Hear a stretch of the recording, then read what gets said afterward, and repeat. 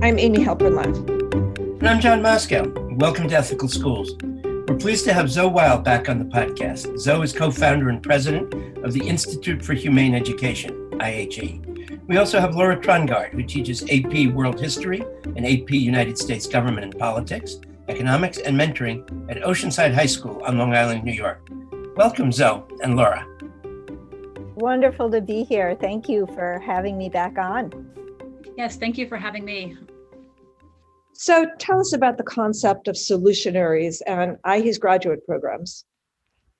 So when we think about what education can and must be, I think it's really important to consider the world that we're educating young people for. As we know, there are so many challenges that we face in the world, and we also know that human beings have overcome many challenges and that many things have gotten better.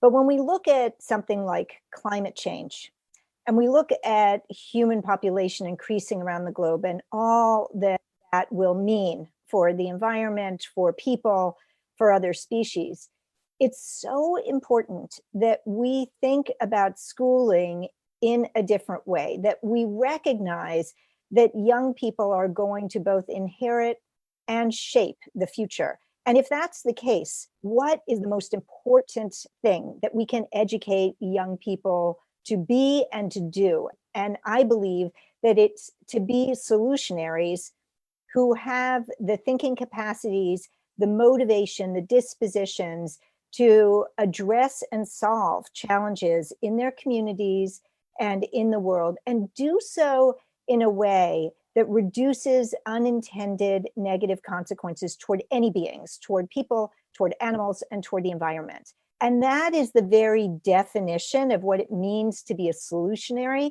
And I believe that's what we should be educating young people to be.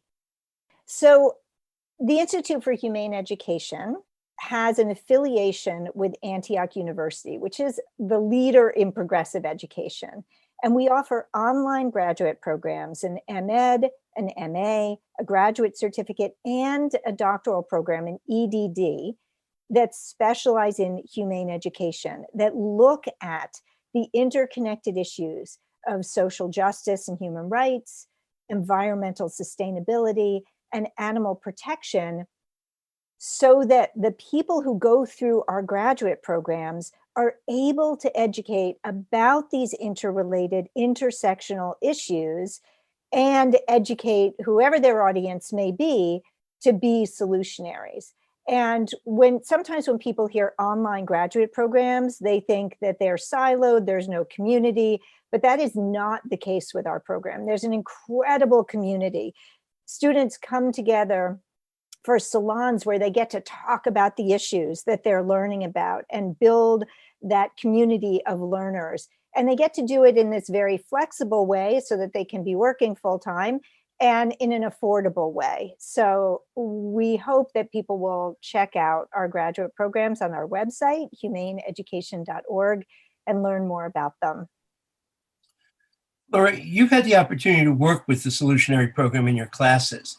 I understand the program's implemented district-wide in Oceanside. What does that look like? So I have been able to start it with my 10th graders. I teach AP World History. And after reading Zoe's book, The World Becomes What We Teach, I was so inspired, and everything made so much sense to go in that direction. In fact, I would argue that even the AP tests and curriculum are moving in this direction of being a lot more skill-based than just content, because I think it was in Zoe's book, she said, the information's at our fingertips right now, and they can access and look something up right away. What's more important, knowing the answer, is what you do with it and what that means to you and how we find these solutions. So I really started working with my AP World students on looking at these global problems and what our role is and how they were created by man and how man can also have the power to fix it. So really, it's cool to see on so many levels, not only that they're developing these wonderful research and creative skills of problem solving, but they work together on it. So we've worked through AP World first. It's also in my government curriculum now, which on New York State level, they're rolling out a civic readiness program going forward, which this also fits right in with.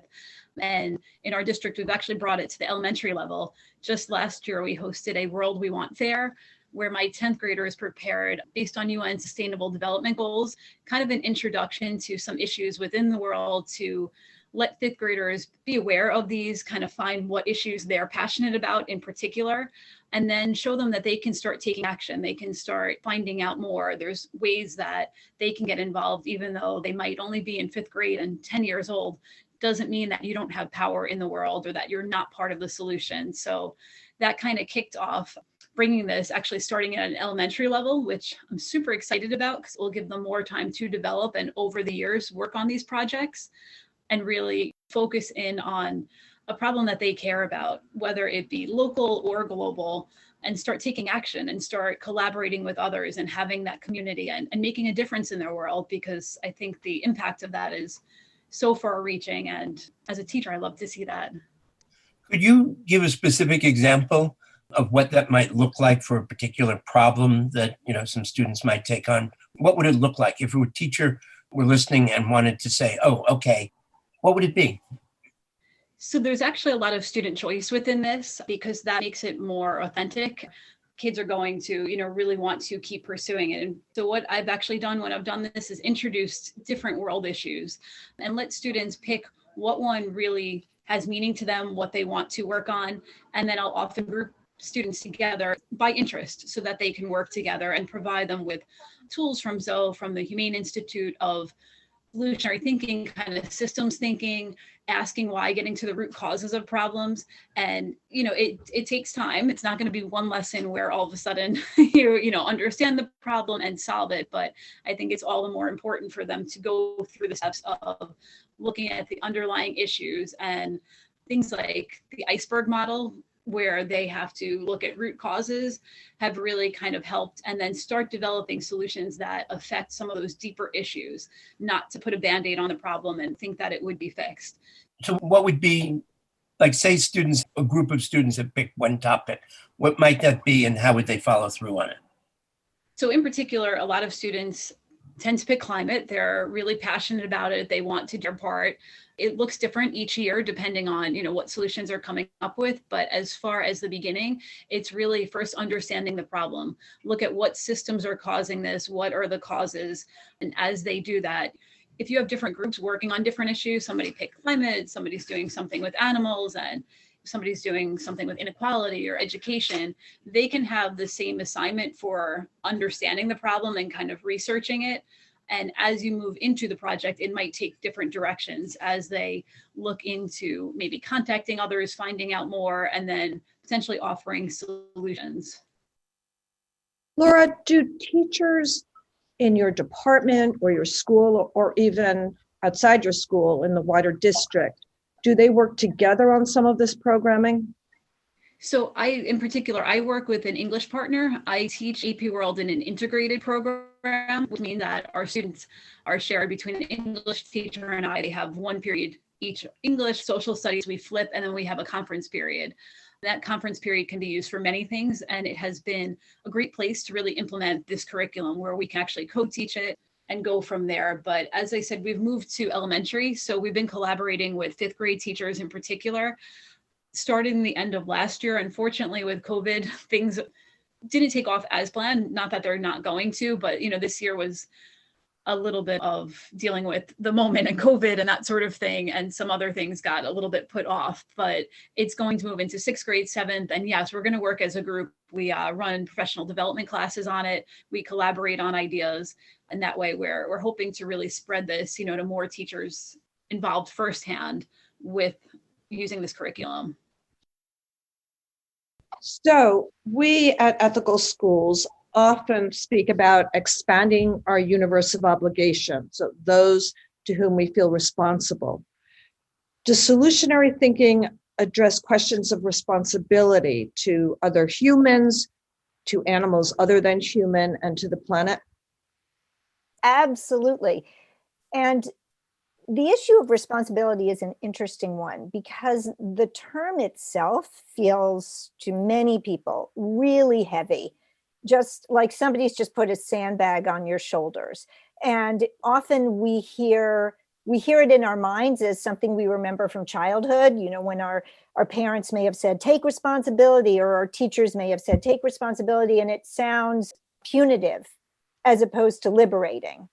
And I would argue that taking responsibility for our choices is one of the most liberating things we can do. And I'm going to circle around to a social psychology experiment to explain why I think this is so.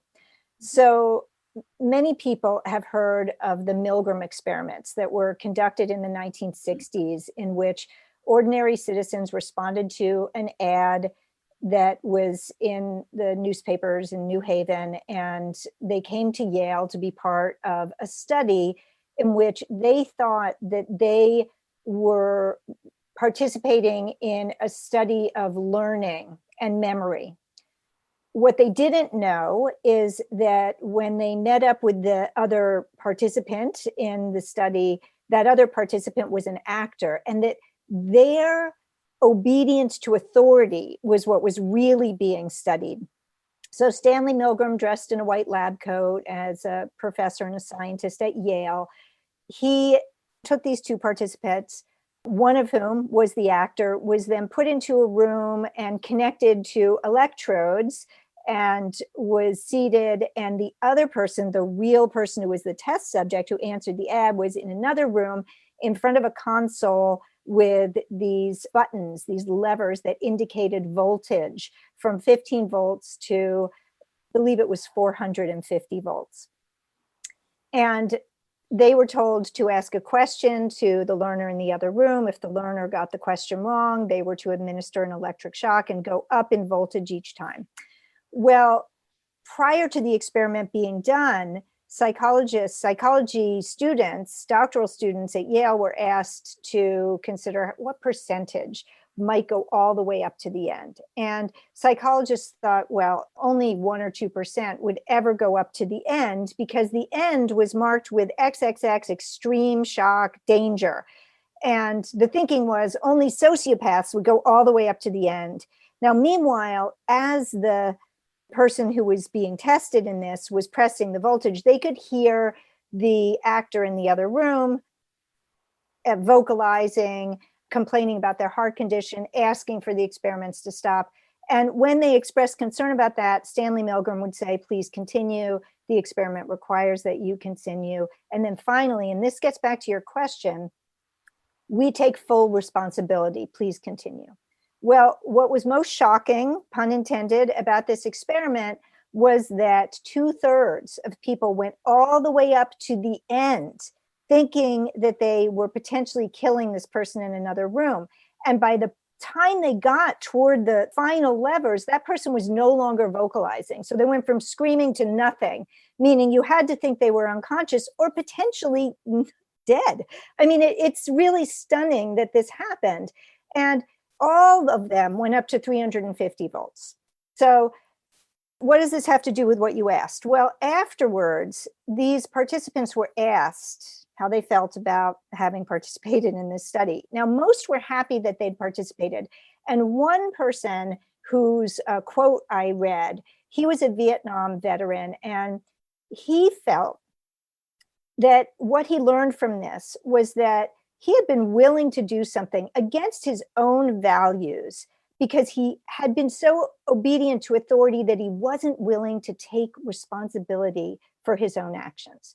So a really long-winded way of getting to your question, that taking responsibility means that in a host of ways, you don't have to keep up with the Joneses. You don't have to follow what every system around you tells you to do. If that system is unjust and unsustainable and inhumane, you can make choices, including the most important choice of all, which is work to transform those systems. So there are many ways in which we can take responsibility for what we eat or what we wear or what we buy.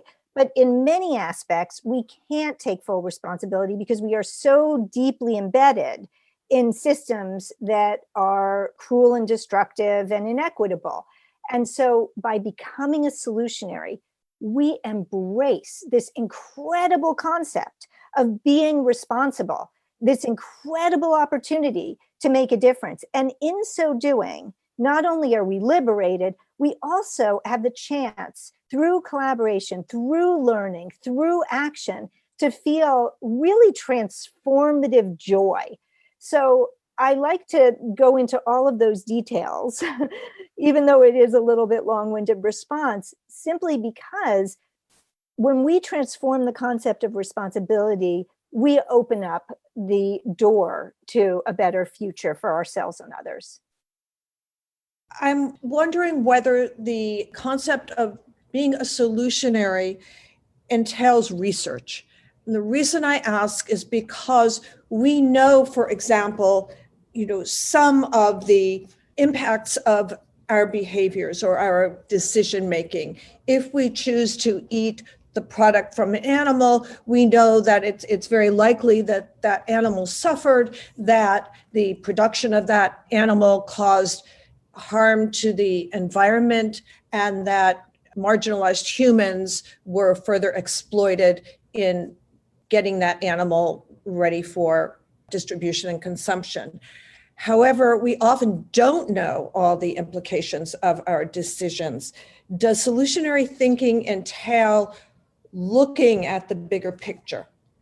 Absolutely. And in fact, you can't be a solutionary without learning to be an investigator and a solid researcher, as I'm sure Laura will attest to.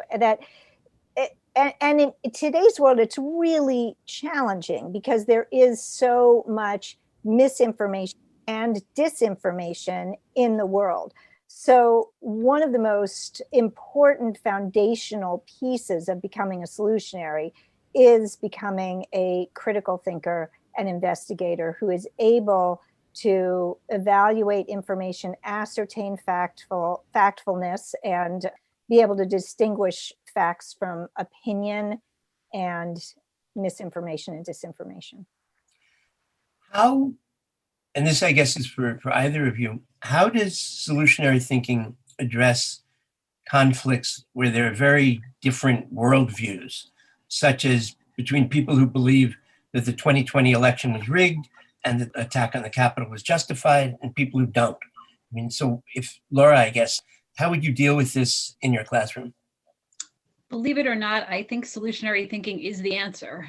I've dealt with a lot of controversial issues this year. I teach AP politics, government politics, and we had, a controversial election, and that's our curriculum. I taught through current events and, everything else that happened this year.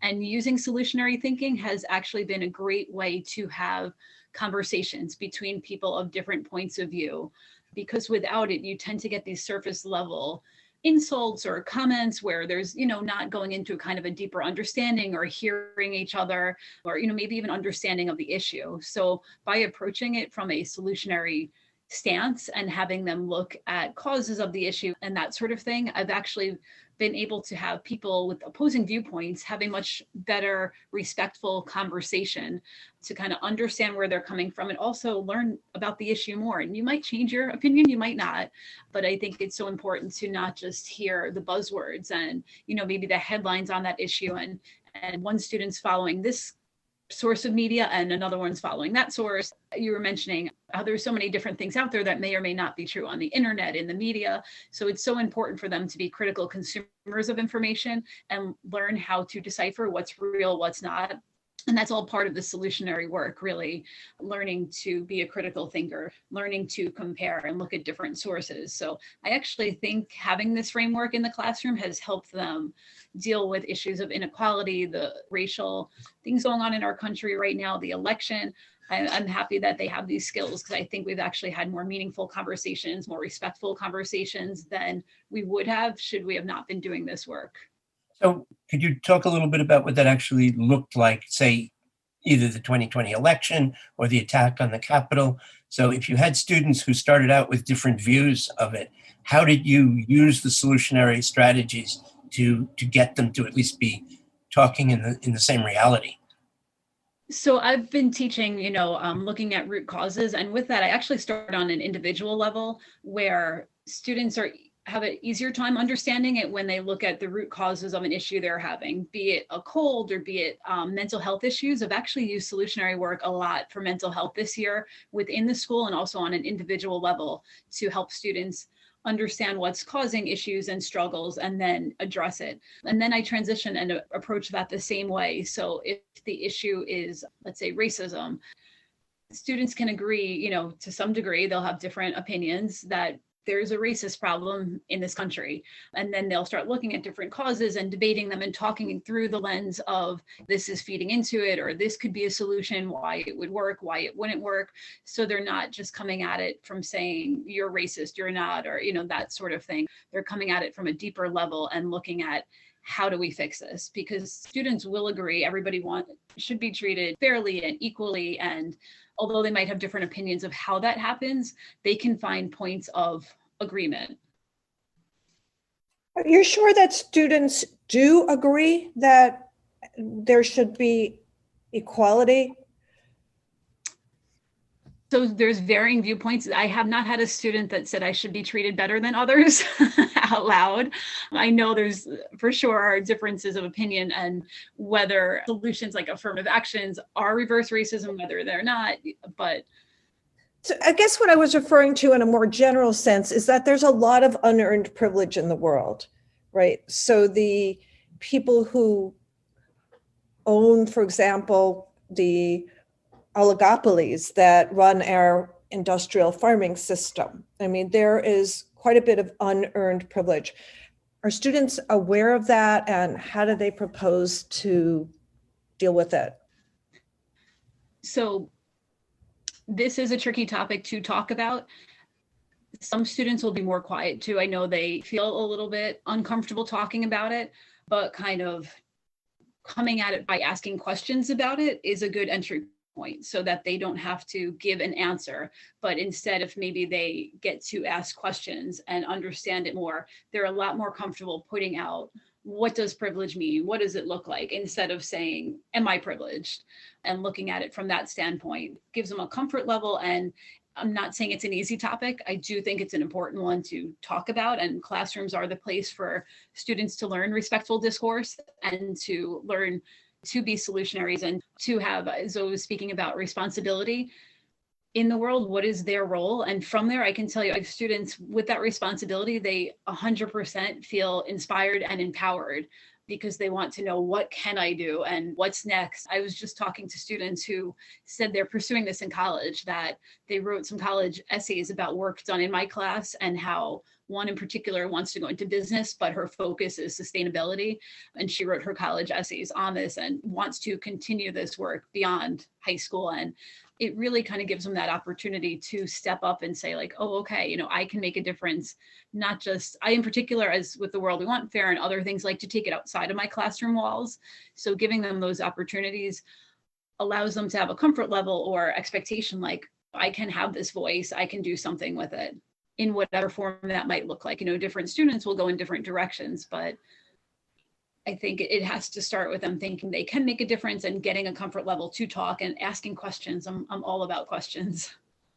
I guess following up on that and on this whole question of conflicts, like the Public Religion Research Institute argues that a lot of what's going on in the country is that whites are and Christians are at some point going to be, or white Christians are going to be a minority or are losing the hegemony over the society. And so that there's a lot of resistance to what people see as loss of power, loss of status, whatever. And so, for example, that a lot of these proposed, like in Georgia, the legislation to limit voting rights is out of fear that they're going to lose power. So how does solutionary approaches deal with these issues of power and of going back to some of what Amy was asking about, that there are inequalities of wealth that benefit some people at the expense of others. So, I mean, the process seems very exciting. And I'm just trying to get a sense of when you get down to these really difficult issues of people wanting to hold on to something that they have at someone else's advantage, how do you manage to break through that? So one of the things that's important to home in on is what the solutionary process entails. So solutionary thinking is comprised of many forms of thinking, but primarily critical thinking, systems thinking, strategic thinking, and creative thinking. When somebody becomes a solutionary, it means that they bring a solutionary lens to problems. And by that, I mean that they perceive that problems can be solved. They understand that it's important to take in the perspectives of a variety of stakeholders, and that includes stakeholders who are benefiting from the systems that perpetuate the problem, and that they bring this lens of doing the most good and the least harm. It's a non-judgmental approach to thinking and action.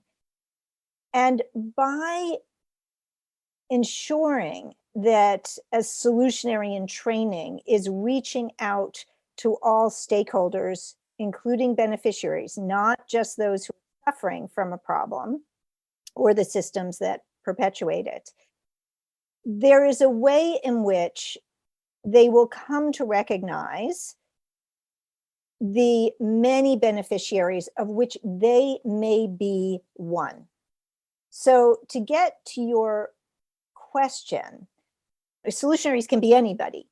And if a solutionary in training is somebody who is a current beneficiary of many, many systems, as opposed to being exploited by many of those systems, they will come to recognize that. And together, by collaborating with stakeholders and really striving to devise solutions that will do the most good and least harm for all, their whole attitude and approach is going to be less conflictual and less oriented toward who's right and who's wrong, less oriented toward either or thinking, less oriented toward polarization in general. And I think that that's part of what makes the whole solutionary approach so exciting and such a corrective to the polarization that we see and that is growing. And I think that the solutionary training of deep critical thinking will help people to really recognize whether some thought of theirs, some feeling of theirs is actually an opinion or it's based in fact. And Laura referred to this earlier when she was responding to one of your questions, when she said they may still have the same opinions, but if they can understand that what they have is an opinion and isn't a fact, that in itself is progress. Because being able to recognize you have an opinion, other people have different opinions, but here are the facts. And if our goal is solving the problem, we can collaborate while we still hold differing opinions. Laura, did you want to add to that? Sure, I definitely agree with that. And I think it's, number one, we have to drop labels and not go into it. I'm this, you're that, in this polarized place that we are in, or in these labels that we give each other. I think you have to create the environment for collaboration, to drop the idea that someone's going to win, somebody's going to lose, but we can win when we work together. Also, that there isn't one answer, because solutionary thinking is, I see it as lifelong. You're always trying to think and put together and come up with the best solution. So we're not going to have just one answer, but in getting to that, the background and understanding the systems is looking at multiple perspectives and understanding that may not be your perspective, but this problem from this standpoint, people feel this way, it's affecting these people or whoever the stakeholder might be in that way. Kind of going through and understanding is eye-opening in the first place, to say, okay, and the idea that we can work together to come to some sort of solution, and that it's not necessarily going to be I win, it's my answer, you win. But ideally, we win and we make a positive impact together in a way that we can work out. And it's really the conversations all along. And when you take out, like it was hard with the election or things where people are thinking it's one or the other and that's it. And there's no in between. So everybody on this side must be all of these things and everybody on that side is all of that. Talk to people, find out. Maybe they even have views on different sides and get to know them and get to know why, get to know what life experiences have led them to those perspectives. And you really just change the vibe and the climate and really get to a place of collaboration and working together where it's for everybody's benefit and it's not, you kind of lose that, I might lose in the situation feeling, because we can all come out better by having the conversations, by trying to brainstorm and potentially coming up with real solutions. Laura, you started to address this, but could you talk a little bit more about some of what you've seen from your students about what kind of impact their solutionary experience has had on their approach to problems as they move on to other grades or to college? Yes, and I actually just asked, I love having student voice. I'm always polling them and giving them little feedback forms so I know what's working on their end or what are they getting out, not just what do I think they're getting out of it. But I can tell you students always say how it has shaped them, not just content-wise maybe for my class, but as a person, in feeling inspired to do something and realizing that they can make a difference, or that it's a great approach to their problems, whether or not it's a world problem, or as I was saying with mental health, or a problem between friends, kind of looking at why is this happening to me right now? They have naturally carried that sort of thinking into their personal life and into believing that they can do things. They're more likely to speak up, or especially some of the work I've done, they work with elementary students or other classes and being put in that leadership role in this. I mean, I'll call it leadership. They're all leaders, not just one, but given that opportunity and saying, okay, I believe you can do this, has really made an impact personally on them and their mental health and well-being sort of thing, and their feeling of empowerment. And I have a number of students who want to pursue in college, maybe the issue that they picked that they've been like following all along. I can see when I've done 10th grade work, I do get some students back in 12th grade, the two AP classes, once world is in 10th grade and gov is in 12th. And I see their current events, they're still following that issue or they're passionate about it and they, want to continue to learn about it. And it's not a project that has an end date. I hope it never ends. They continue to do this and it's not like, okay, I got my grade, it's over with. It's really a way of thinking and feeling in the world. So the Institute for Humane Education just launched a new micro-credential program. Would you tell us about it? Sure. Yeah. So we launched a Solutionary micro-credential program. It's a 30-hour program that is divided into 3 modules, and it's online, and people can enroll the first Tuesday of every month. There's a new session that begins.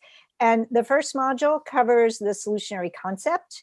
The second module covers the solutionary process, where the teachers who enroll in the program actually get to go through the solutionary process and practice it and become proficient.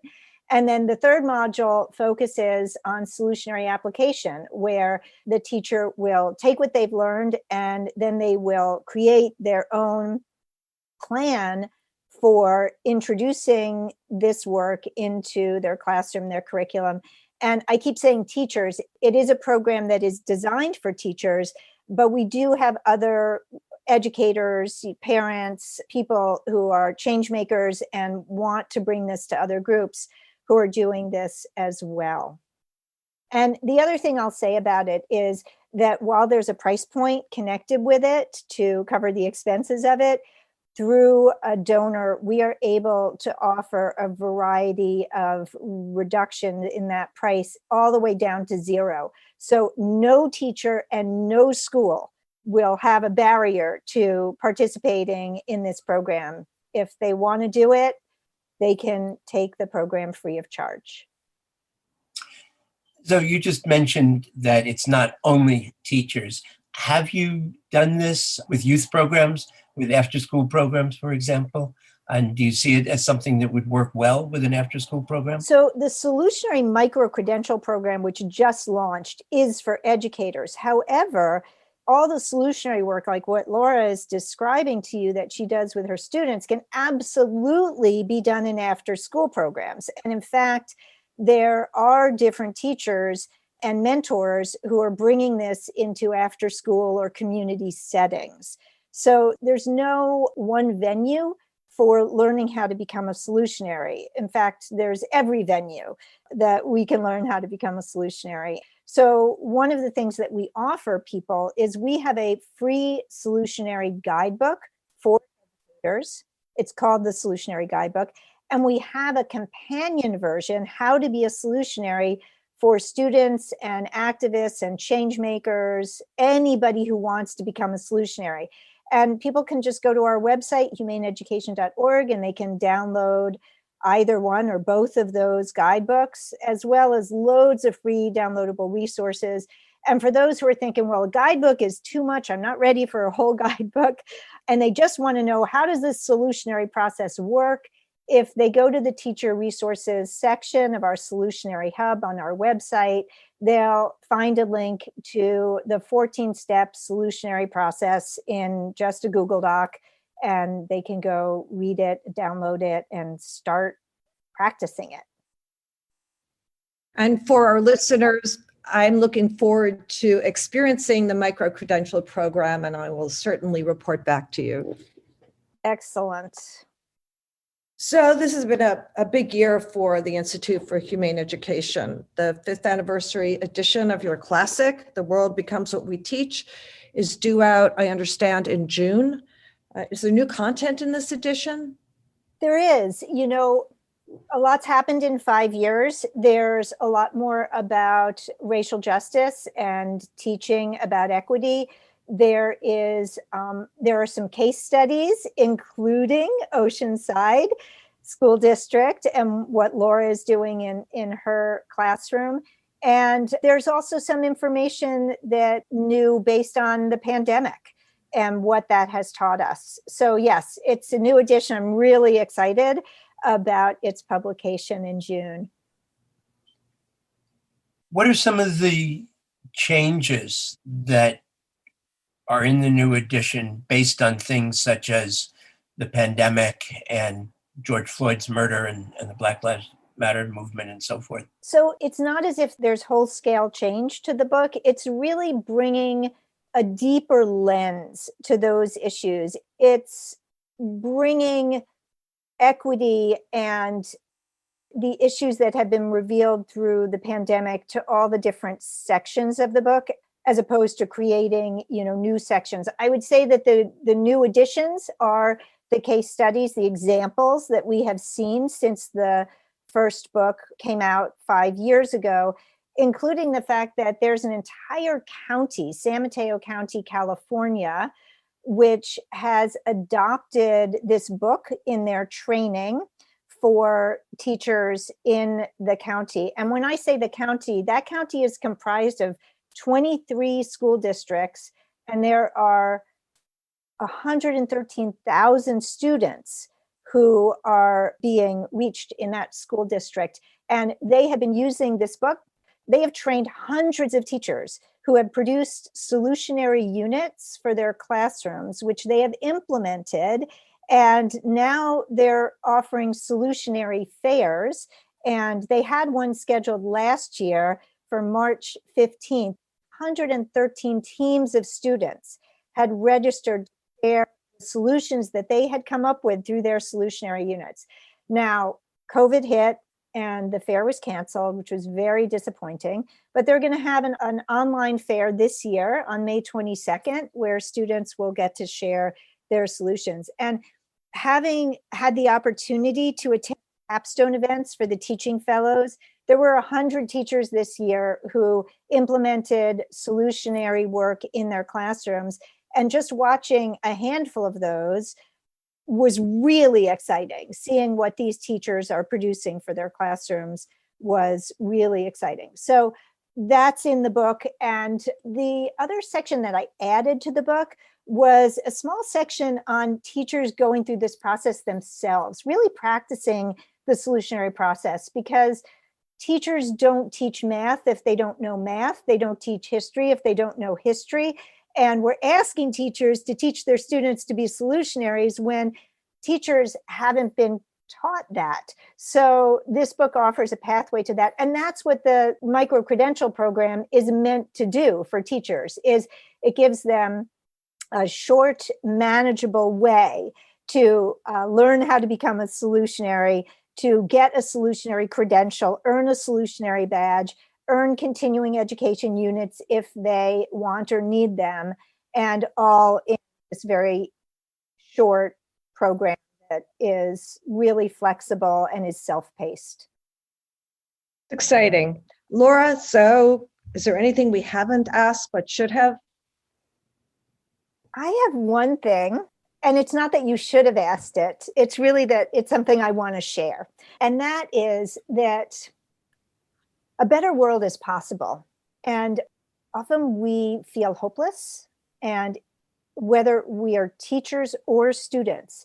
And as an example of that, a couple of years ago, I was doing a teacher workshop for teachers and curriculum developers. And I started with a prompt that asked this question: in 50 years, I want the world to be blank. And I asked them to fill in the blank. And the first person to raise her hand, when I called on her, she said, "Still here." And then I asked the others in the room how many felt similarly, and most raised their hands. So that's the level of hopelessness and despair that many teachers have. Well, it's not just teachers. About 5 years ago, I was presenting to a group of 5th and 6th graders in a school in Connecticut. And I asked the students to tell me what they thought were the biggest problems in the world. And they filled up a whiteboard with problems. And I asked them to raise their hands if they could imagine us solving the problems that they'd listed on the whiteboard. And of the 45 children in the classroom, only 5 raised their hands that they could even imagine us solving the problems that they had listed. And that is alarming. Now, I did a guided visualization with them that shifted that for them, so that almost all of them raised their hands later that they could imagine us solving the problem. In a classroom in Guadalajara, Mexico, when I was also speaking to 5th graders and asking them if they thought we could solve the problems in the world, every hand went up in the air. And the real difference was between the teachers. So the teacher in that 5th grade classroom was teaching those 5th graders in age-appropriate ways about problems in the world, primarily environmental problems, but these kids were active in solving them. They had participated in solar panels on their school and a compost system in their school and things outside of their school as well. So they knew problems could be solved because they had participated in them. And I think it is so essential that young people and teachers understand a better world is possible, and we are on the way there. When I think about what life was like when I was born in 1961, and half of all people on earth lived in extreme poverty, and that number is now 10%, that percentage is 10%. 10% is still way too high, but if we could get from 50% to 10% in my lifetime, we can get from 10% to 0. When I was born, it was illegal for Black and white people in many states in the United States to get married. Well, it was also not even the realm of comprehension that gays and lesbians would even want to, or even be considered for getting married. Look what's changed in that period of time. You know, the issue of gay marriage was not on the radar until the 1980s. And now it is law of the land. So while we have terrible inequities, terrible injustices, terrible cruelty, and a lot of environmental destruction with climate change as an existential threat, we need to recognize that things have gotten better, will get better, and that if we can solve other problems that we've faced, we can solve the most pressing problems that we face in our communities and world. Thank you, Zoe Weil of the Institute for Humane Education and Laura Trongard of Oceanside High School. And thank you, listeners. If you enjoyed this podcast, please share it with a friend or colleague. Subscribe wherever you get your podcasts and give us a rating or review. This helps others to find the show. Check out our website, ethicalschools.org, for more episodes and articles, and to subscribe to our monthly emails. We post annotated transcripts of our interviews to make them easy to use in workshops or classes. We work with consultants to offer customized SEL programs with a focus on ethics for schools and youth programs in the New York City and San Francisco Bay areas. Contact us at hosts@ethicalschools.org. We're on Facebook, Instagram, and Twitter @ethicalschools. Our editor and social media manager is Amanda Denchi. Until next week.